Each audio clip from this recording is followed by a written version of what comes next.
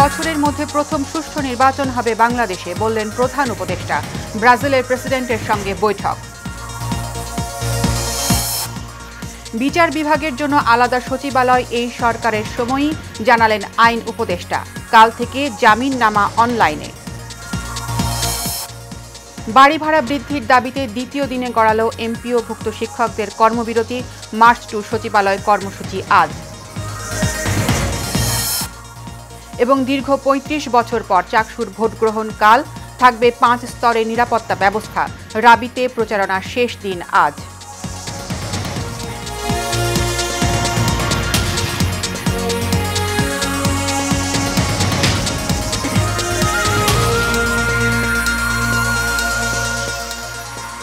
স্বাগত এশিয়ান নিউজে। এতক্ষণ শুনছিলেন বিআরবি কেবল ইন্ডাস্ট্রিজ লিমিটেড সংবাদ শিরোনাম।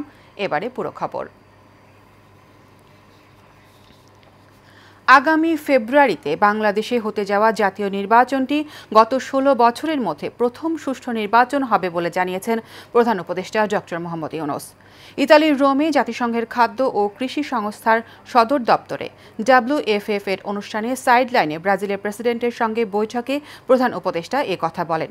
বৈঠকে ব্রাজিলের প্রেসিডেন্ট প্রধান উপদেষ্টাকে COP30 সম্মেলনে অংশ নিতে আমন্ত্রণ জানালে তিনি বলেন, ২০২৬ সালের ফেব্রুয়ারির প্রথমার্ধে অনুষ্ঠিতব্য বাংলাদেশের সাধারণ নির্বাচনের প্রস্তুতি নিয়ে ব্যস্ত থাকায় হয়তো তিনি উপস্থিত থাকতে পারবেন না।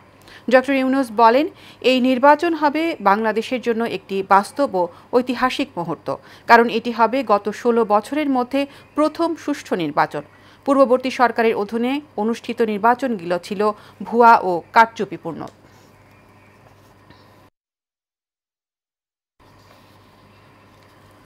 হয়রানি নিরসনে অনলাইন জামিননামা চালু করতে যাচ্ছে আইন মন্ত্রণালয়, এমন তথ্য জানিয়েছে অন্তর্বর্তী সরকারের আইন, বিচার ও সংসদ বিষয়ক উপদেষ্টা ডক্টর আসিফ নজরুল।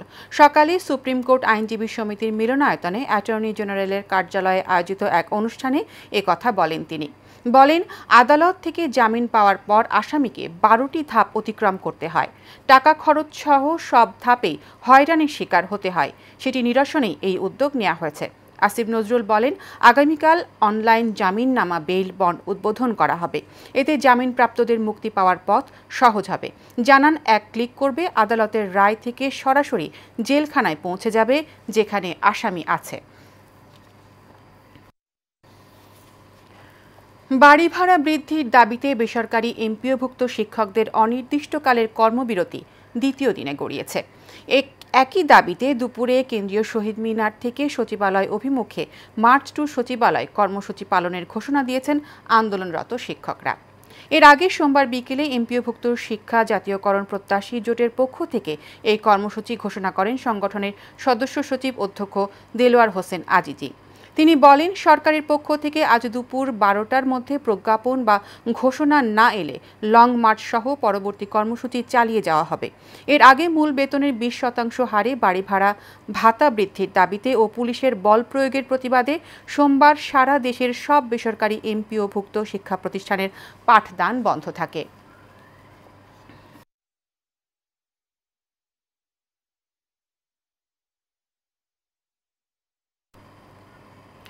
দর্শক, কিছুক্ষণ আগে বেসরকারি এমপিওভুক্ত শিক্ষকদের কর্মবিরতির সর্বশেষ খবর জানিয়েছেন সহকর্মী আবু হানিফ। জেনে নেব সর্বশেষ পরিস্থিতি।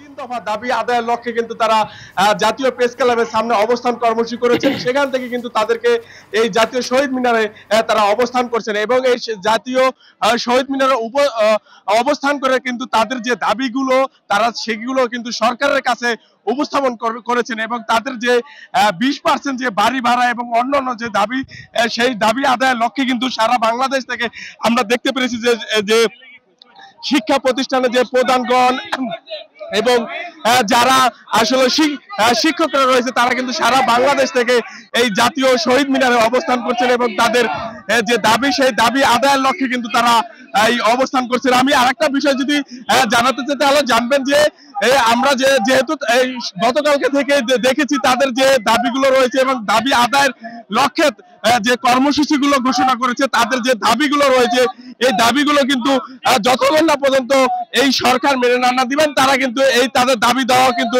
অবস্থান কর্মসূচি করবেন। এবং এই আরেকটা বিষয় যদি জানাতে চাই যে তারা কিন্তু এই জাতীয় শহীদ মিনার থেকে কিন্তু তারা সচিবালয়ের অভিমুখে একটি লং মার্চ করবেন এবং পাশাপাশি দেখতে পাচ্ছেন যে বিভিন্ন ব্যানার ফেস্টুন নিয়ে কিন্তু তারা এই শহীদ মিনার এলাকায় অবস্থান করছেন এবং পাশাপাশি তাদের যে দাবিগুলো সেই দাবিগুলো অন্তত সরকার মেনে নেবেন এমনটাই দাবি করছেন আসলে এই শিক্ষক প্রতিনিধি। আমার কাছে এই ছিল। বাংলাদেশ জাতীয়তাবাদী দল বিএনপির জাতীয় স্থায়ী কমিটির বৈঠক অনুষ্ঠিত হয়েছে। সোমবার রাতে রাজধানীর গুলশানে দলের চেয়ারপারসনের রাজনৈতিক কার্যালয়ে এই বৈঠক অনুষ্ঠিত হয়। বিএনপির ভারপ্রাপ্ত চেয়ারম্যান তারেক রহমানের সভাপতিত্বে বৈঠকে দলটির স্থায়ী কমিটির নেতারা উপস্থিত ছিলেন। এতে জুলাই সনদের স্বাক্ষর, আগামী নির্বাচনে দলটির পরিকল্পনা সহ বেশ কিছু বিষয় নিয়ে আলোচনা হয়েছে বলে জানা গেছে।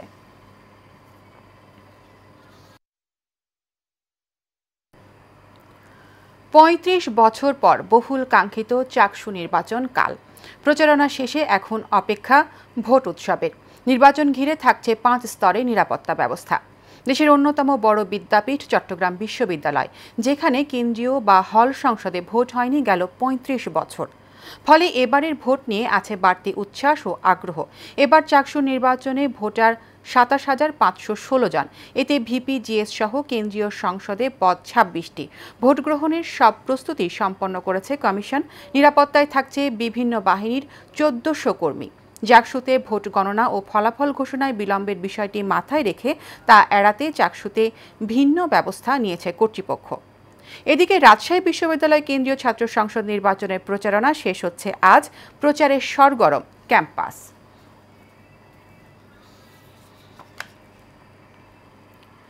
জুলাই গণ অভ্যুত্থানের সময় সংগঠিত মানবতা বিরোধী অপরাধের মামলায় ক্ষমতাচ্যুত প্রধানমন্ত্রী শেখ হাসিনা সহ 3 আসামির বিরুদ্ধে তৃতীয় দিনের মতো যুক্তিতর্ক শুরু হয়েছে।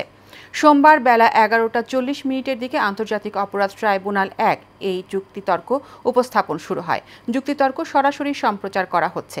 বিচারপতি গোলাম মর্তুজা মজুমদারের নেতৃত্বাধীন ট্রাইব্যুনাল 1-এ যুক্তিতর্ক তুলে ধরেছেন চিফ প্রসিকিউটর তাজুল ইসলাম। গতকাল দিনভর এই মামলার দালিলিক প্রমাণ, প্রেস অফ অকারেন্স, গণহত্যার বিস্তার, যুক্ত থাকা বিভিন্ন পক্ষ এবং জুলাইয়ের ঘটনাক্রম তুলে ধরে। শেখ হাসিনার নতুন একটি ফোনালাপ উপস্থাপন করা হয়, যেখানে আন্দোলনকারীদের উপর থেকে গুলির নির্দেশ দেন হাসিনা। এদিকে কুষ্টিয়ায় 6 জনকে হত্যার ঘটনায় মানবতাবিরোধী অপরাধের মামলায় জাসদ সভাপতি হাসানুল হক ইনুর বিরুদ্ধে অভিযোগ গঠনের পরবর্তী শুনানি 23 অক্টোবর নির্ধারণ করেছে আন্তর্জাতিক অপরাধ ট্রাইব্যুনাল 2। এছাড়া 23 অক্টোবরের মধ্যে আওয়ামী লীগের যুগ্ম সম্পাদক মাহবুবুল আলম হানিফকে ট্রাইব্যুনালে হাজির হতে পত্রিকায় বিজ্ঞপ্তি প্রকাশের নির্দেশ দিয়েছে ট্রাইব্যুনাল 2।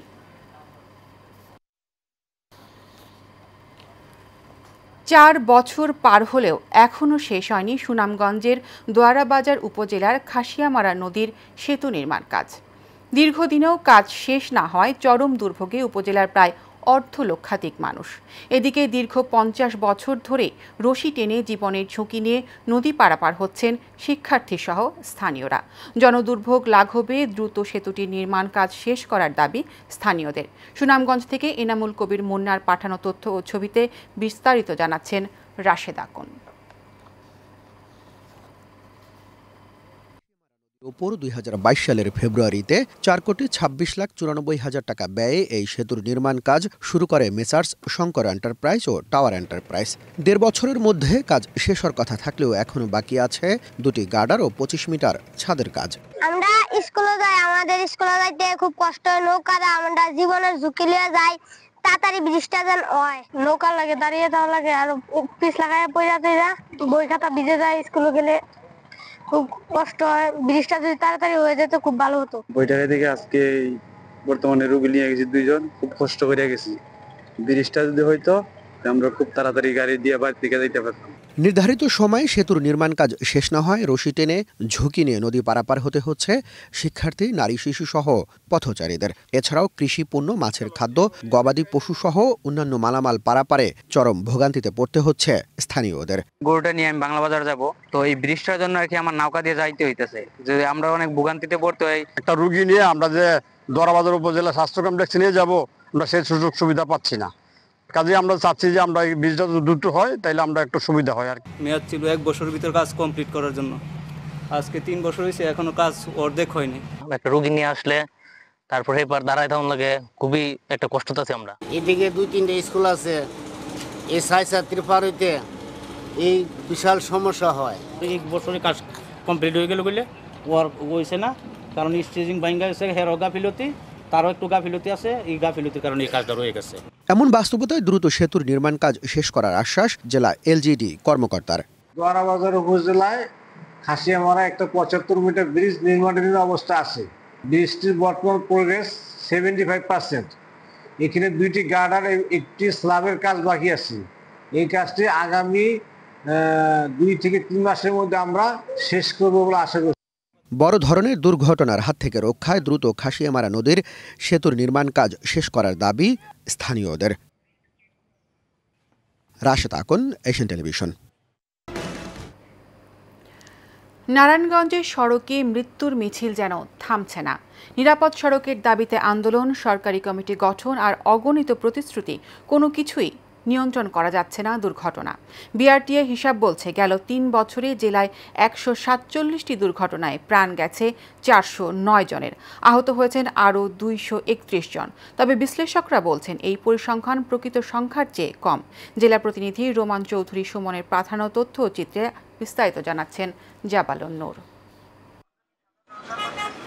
জেলা বিআরটিএ বিশ্লেষণ বলছে নারায়ণগঞ্জে এসব দুর্ঘটনার বেশিরভাগ কারণ চালকদের বেপরোয়া গতি, যাত্রী ওভারলোড, ওভারটেকিং, ক্লান্ত অবস্থায় গাড়ি চালানো, মেয়াদোত্তীর্ণ ও ফিটনেসবিহীন গাড়ি, রাস্তার দুরবস্থা আর আইন অমান্য করার প্রবণতা।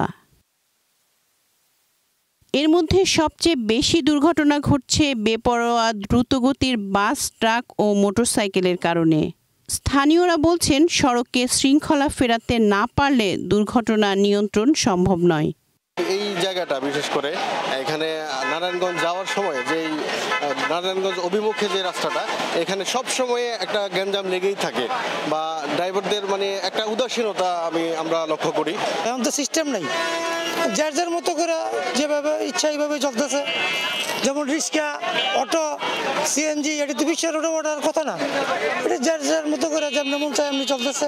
আমাদের চলার মতো যদি একটা আইল্যান্ড দিয়ে দিত, এক সাইড আমরা ব্যবহার করতাম, সরকার আমাদের কাছে ট্যাক্স ভ্যাট যেমন গাড়ির কাছে নেয় তেমন আমাদের কাছেও নিতে পারবে। অ্যাক্সিডেন্ট হয় উল্টা পথে যাওয়ার জন্য, কিন্তু উল্টা পথে যাওয়ার জন্য যে হয় এমন অটো চালিত যে রিক্সাগুলো উল্টা যায় এদের কারণেই হয়। কিন্তু এই যে জায়গাটা যদি থাকতো, আমাদেরকে একটা আইল্যান্ড করে দিত, আমরাও সেফভাবে চলাফেরা করতে পারতাম। নিয়ম না মানা সহ নানা বিষয়কে সড়ক দুর্ঘটনার মৃত্যুর জন্য দায়ী করলেন নারায়ণগঞ্জ বিআরটিএ এর কর্মকর্তা। অবশ্যই নিয়ম মেনে গাড়ি চালাতে হবে, নিয়ম মেনে ওভারটেকিং করতে হবে, নিয়ম মেনে স্পিড বাড়াতে কমাতে হবে, এটা জানতে হবে। ড্রাইভারদের আমরা প্রশিক্ষণ দিয়ে থাকি। আমাদের প্রতিটি পরীক্ষায় আমরা কমপক্ষে 30 মিনিট আমরা অতিরিক্ত কথা বলি, অতিরিক্ত লেকচার দিই, অতিরিক্ত ক্লাস নেই এই যে দুর্ঘটনা সম্পর্কে। তো এরকমের নিতে সবাইকে তো আমরা পারি না। আমাদের নারায়ণগঞ্জে যারা আছে তাদেরকে নেই, যারা উপস্থিত হয় তাদেরকে নেই, এরকমের লাইসেন্সধারী যারা তাদেরকে নেই। কিন্তু রাস্তায় এমনও দেখা যাচ্ছে লাইসেন্সবিহীনও চালক বহুত আছে, যেমন অটো রিক্সা, ইজি বাইক, টমটম গাড়ি, নসিমন, এরা তো লাইসেন্সের তোয়াক্কাই করে না। সড়ক দুর্ঘটনায় মৃত্যুর এই মিছিল রোধে আইনের কঠোর প্রয়োগ, গণসচেতনতা সৃষ্টি এবং সমন্বিত উদ্যোগের উপর জোর দিচ্ছেন সংশ্লিষ্টরা। নইলে সড়কে মৃত্যুর মিছিল দিন দিন বাড়তেই থাকবে। জাবালুন নূর, এশিয়ান টেলিভিশন। বাংলাদেশ মিয়ানমার সীমান্তে মাইন বিস্ফোরণে আহত বর্ডার গার্ড বাংলাদেশ সদস্য নায়েক মোহাম্মদ আক্তার হোসেনকে উন্নত চিকিৎসার জন্য ঢাকা সম্মিলিত সামরিক হাসপাতালে আনা হয়েছে। সোমবার সন্ধ্যায় বিজিবি সদর দপ্তরের জনসংযোগ শাখার কর্মকর্তা মোহাম্মদ শরীফুল ইসলামের সই করা এক প্রেস বিজ্ঞপ্তিতে এসব তথ্য জানানো হয়েছে। আক্তার হোসেনকে রামু সেনানিবাসস্থ সম্মিলিত সামরিক হাসপাতাল থেকে বিজিবির হেলিকপ্টারে করে ঢাকায় আনা হয়। গত 12 অক্টোবর সকালে বান্দরবনের নাইক্ষ্যংছড়ি ফটিকছড়ি উপজেলার তুমব্রু সীমান্তে টহলরত অবস্থায় বিজিবি সদস্য নায়েক আক্তার হোসেন মাইন বিস্ফোরণে আহত হন। তাৎক্ষণিকভাবে তাকে রামু সেনানিবাসস্থ সিএমএইচে পাঠিয়ে চিকিৎসা দেওয়া হয়। পরে বিকেলে উন্নত চিকিৎসার জন্য বিজিবির হেলিকপ্টারে তাকে ঢাকা সিএমএইচে আনা হয়েছে।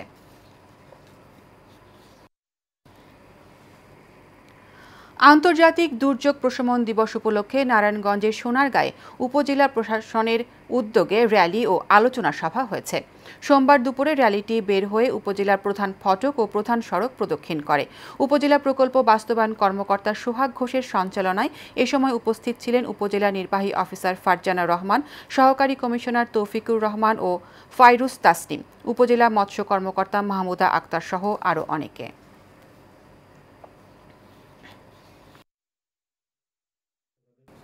বাংলাদেশের সবচেয়ে বড় সংগঠন চট্টগ্রাম ফলমন্ডি ব্যবসায়ী সমিতির বার্ষিক মিলনমেলা অনুষ্ঠিত হয়েছে। সাগর পাড়ে নানা রকম খেলাধুলায় মেতে ওঠে নানা বয়সী মানুষ। অনুষ্ঠানে বিশেষ আকর্ষণ ছিল লাকি কুপন, যার প্রথম পুরস্কার দেয়া হয় 125 সিসির একটি আধুনিক মোটরসাইকেল। ফল ব্যবসায়ী সমিতির সভাপতি আলী হোসেনের সভাপতিত্বে ও সাধারণ সম্পাদক তৌহিদুল ইসলামের সঞ্চালনায় এতে প্রধান অতিথি ছিলেন Bangladesh fresh fruits importer association senior vice president Mohammad Kamal.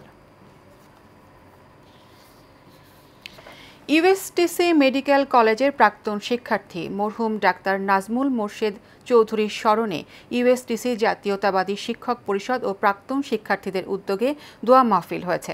Chittagong নগরীর ইউএসটিসি এনএক্স ভবন মিলনায়তনে এই মাহফিল হয়। ড্যাব মহানগর শাখার সভাপতি অধ্যাপক ডাক্তার মোহাম্মদ আব্বাস উদ্দিনের সভাপতিত্বে ও জেলা ড্যাবের যুগ্ম সম্পাদক ডাক্তার রিফাত কামাল রনির সঞ্চালনায় অনুষ্ঠানে প্রধান অতিথি ছিলেন চট্টগ্রাম মেডিকেল কলেজ ড্যাবের সভাপতি অধ্যাপক ডাক্তার জসিমউদ্দিন। এতে বিশেষ অতিথি ছিলেন জেলা ড্যাবের সভাপতি অধ্যাপক ডাক্তার তমিজউদ্দিন আহমেদ মানিক সহ অনেকে। এবারে জানাবো বাণিজ্য সংবাদ। দেশের বাজারে বাড়ানো হয়েছে ভোজ্য তেলের দাম। নতুন সিদ্ধান্ত অনুযায়ী প্রতি লিটার বোতলজাত সয়াবিন তেলের দাম 6 টাকা বাড়িয়ে 195 টাকা নির্ধারণ করা হয়েছে। নতুন দাম আজ থেকে কার্যকর হয়েছে। সোমবার সচিবালয়ে বাণিজ্য মন্ত্রণালয়ের সচিব মাহবুবুর রহমানের সভাপতিত্বে ভোজ্য তেল ব্যবসায়ীদের সঙ্গে এক বৈঠকে এ সিদ্ধান্ত হয়। বৈঠক শেষে Bangladesh vegetable oil refiners and Vanaspati manufacturers অ্যাসোসিয়েশনের পক্ষ থেকে এক সংবাদ বিজ্ঞপ্তির মাধ্যমে নতুন দাম ঘোষণা করা হয়। একইভাবে খোলা সয়াবিন তেলের দাম প্রতি লিটারে 8 টাকা বাড়িয়ে 177 টাকা করা হয়েছে। এছাড়া খোলা পাম তেলের দামও বাড়ানো হয়েছে। এখন থেকে প্রতি লিটার খোলা পাম তেল বিক্রি হবে 163 টাকায়। বিজ্ঞপ্তিতে জানানো হয়, আন্তর্জাতিক বাজারের সঙ্গে সামঞ্জস্য রেখে এবং বাণিজ্য মন্ত্রণালয়ের সঙ্গে আলোচনা সাপেক্ষে এই মূল্য বৃদ্ধির সিদ্ধান্ত নেওয়া হয়েছে। শেষ করব এশিয়ান নিউজ। তার আগে বিআরবি কেবল ইন্ডাস্ট্রিজ লিমিটেড সংবাদ শিরোনামগুলো জানিয়ে দেব আরও একবার।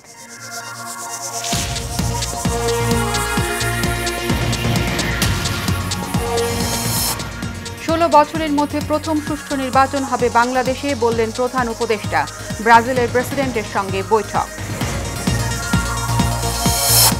বিচার বিভাগের জন্য আলাদা সচিবালয় এই সরকারের সময়ই, জানালেন প্রধান উপদেষ্টা। জানালেন আইন উপদেষ্টা, কাল থেকে জামিননামা অনলাইনে। বাড়ি ভাড়া বৃদ্ধির দাবিতে দ্বিতীয় দিনে গড়ালো এমপিওভুক্ত শিক্ষকদের কর্মবিরতি। মার্চ টু সচিবালয় কর্মসূচি আজ। এবং দীর্ঘ 35 বছর পর চাকসুর ভোট গ্রহণ কাল, থাকবে 5 স্তরের নিরাপত্তা ব্যবস্থা। রাবিতে প্রচারণার শেষ দিন আজ। এশিয়ান নিউজ এ পর্যন্তই। পরবর্তী সংবাদ দেখার আমন্ত্রণ জানিয়ে বিদায় নিচ্ছি। ধন্যবাদ সবাই।